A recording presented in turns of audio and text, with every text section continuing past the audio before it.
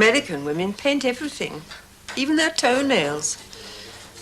They all try to look younger than they are. They spend hours in the ladies. And I suppose that's because of the machines. Machines? Yes, those gambling machines. One-armed bandits. In the ladies? Are you sure? Of course I'm sure. I told it all to her in the postcard. Mother, I haven't received one postcard, let alone postcards. Well, I don't know. Teddy got his all right. Teddy would. Such a shame he couldn't have organised the wedding. Poor Teddy. Why poor? Well, missing it all. Mother, was there something you didn't like about the wedding? I get the impression from the comment you made the other day that you weren't quite satisfied. Oh, I was quite happy. It was the guests. There simply weren't enough cars. Nobody was kept waiting, at least not by Paul. You were the one who kept us all waiting, fiddling around with the service.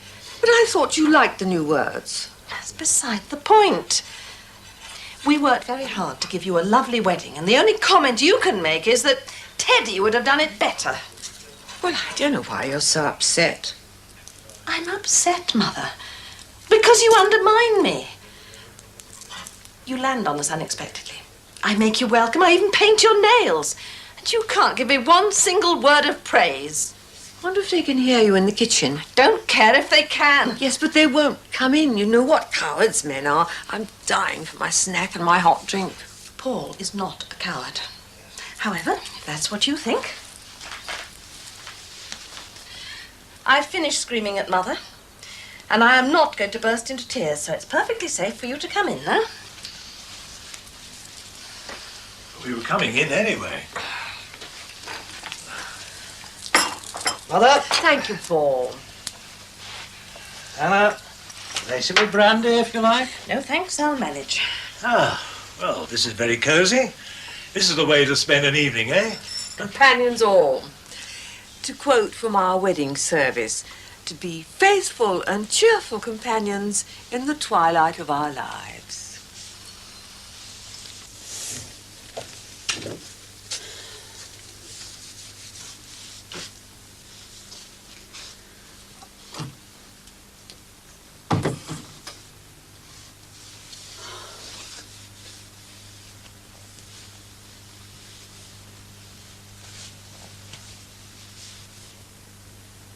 Well, does the name matter? Yeah, you've got this massive military project. What do you call it? Star Wars. Sounds like a game, but you don't really think in terms of Third World War, do you? Well, I don't think the threat is bombs. I think we're destroying the Earth by ourselves. We won't need any bombs right where going, I. Yeah.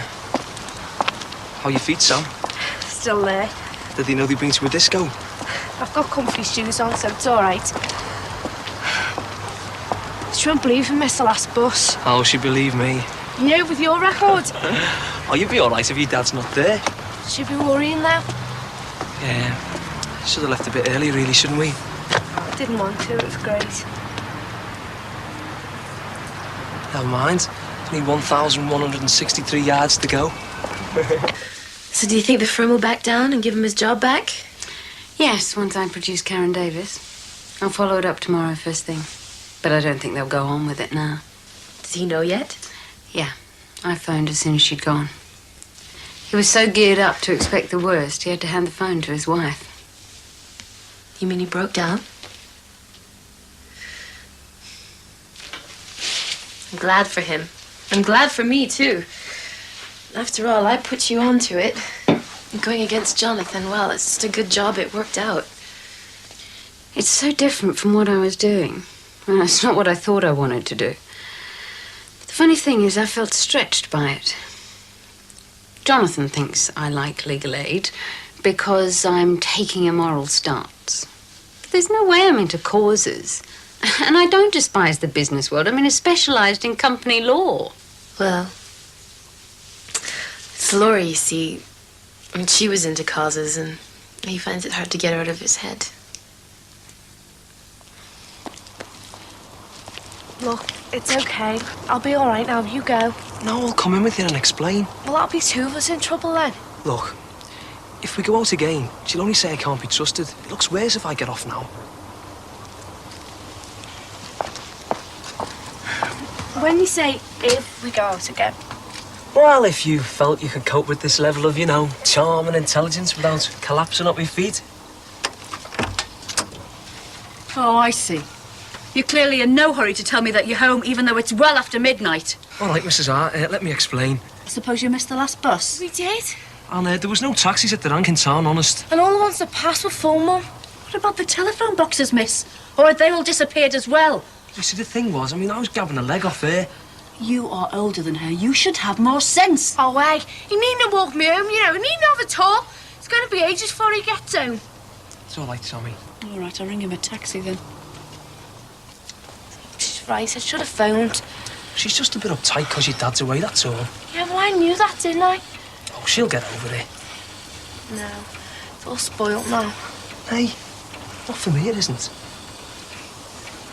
John had some good luck tonight. I think we should all drink to the firm of Davies and Towns. Well, fine by me. And I gather you haven't done too badly yourself. I had to tell him I couldn't help it. Well, I'll need till tomorrow to know for sure. No, the success you were holding out on me earlier, you knew it was almost in the bag. Well, tell me your news.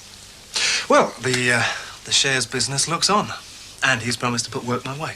He's putting John on a retainer. Congratulations. No, she said it. This woman's been putting me down all day long, trying to apologise while she's been playing hard to get. Don't exaggerate. Oh, seriously. In times these last few days when I thought I made a terrible mistake. John, about what? Setting up with her at all. Oh, it's all in your head. There's no problem. Sarah isn't anything like Laura. Fond thoughts of home? Yeah, I've just been showing Sarah the photos. I do get homesick, I do. Oh, but I won't go to Canada this summer. Imagine she's been having a moan about that. Not moan. Oh, come on, it's the all girls together bit, isn't it? You've been knocking back the booze and analysing me. Mostly I've been doing the ironing. We've been talking about my work, not your private affairs. Cheryl fancies herself with the pop psychology bit, don't you? My feelings with Laura aren't that simple when you've been through what I... I know, I was around then, in the office. Sarah, shall I run you home? No, I'll call a cab. I'll take you. We can talk about work. No, I'd rather not. Besides, we're fine. We haven't made a dire mistake. I'm set to make our living. And me our fortune. Yes, I think so too.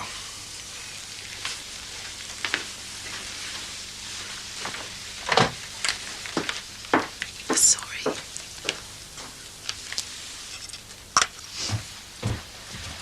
You needn't walk me back, Oh, Sammy, will you stop saying that? Look, try and see it from my point of view. I've tried to see it from yours. Don't see how you can say that. I'll tell you how. I kept this disco business from your father right up to the last minute. He could have put the blocks on it, Didn't know that. Yeah, well, you do now. I trusted you, Sammy, and you've broken that trust. You don't know what a disco's like. You can't always keep your eye on the clock. Sammy, you're going to have to from now on. Because I sat there long enough waiting for Jeff the time he ran away. Now, you're not going to put me through that again. None of you children are. It's not the same. It is when you sat there waiting, love. It feels the same. Waiting is waiting. Yeah, I know. Look, I've got enough on my plate at the moment, what with the appeal and if we can cope with the new house. We'll be all right there, won't we? I don't know, love. I don't know how hard it's going to be. But I'll tell you one thing. I know why your father did it. He did it for you and for me. So it's up to us not to let him down, okay? I'm sorry. You like this boy, Owen, don't you? It's not the disco that turns your head, makes you forget what time it is. But all the same, Sam, if you want to go out with him again, you're going to have to do better than this. Trust is something you have to earn, if it just doesn't come that easy. All right. No. Right. Don't wake Casey up, eh? Okay.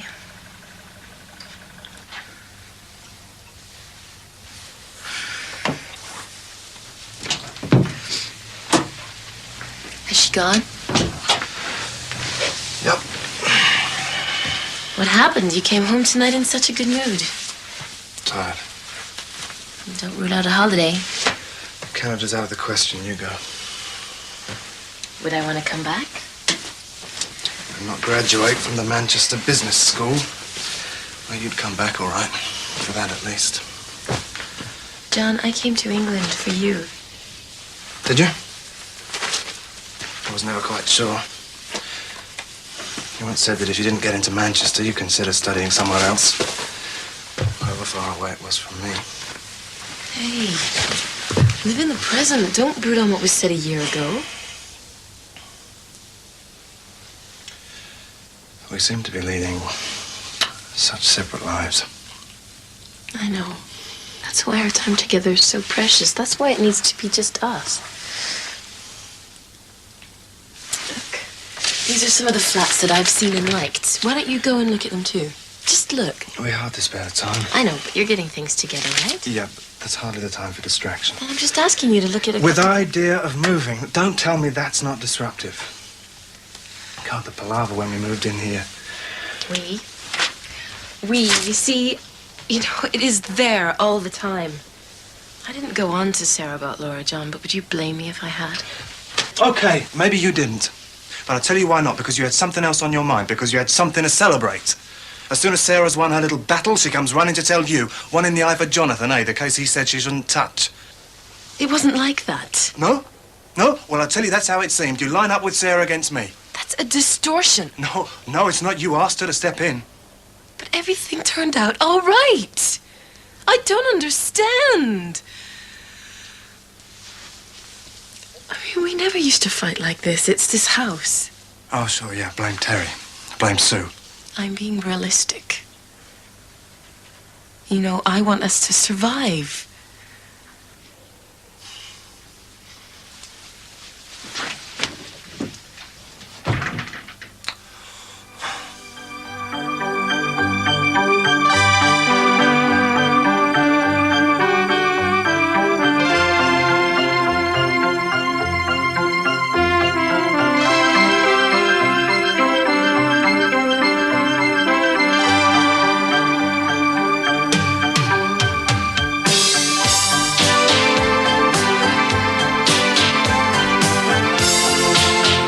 A mischievous face brings it home just what a wonder the team at Jimmy's really are. 12-month-old William is alive only because of the great care and attention he received from the staff there.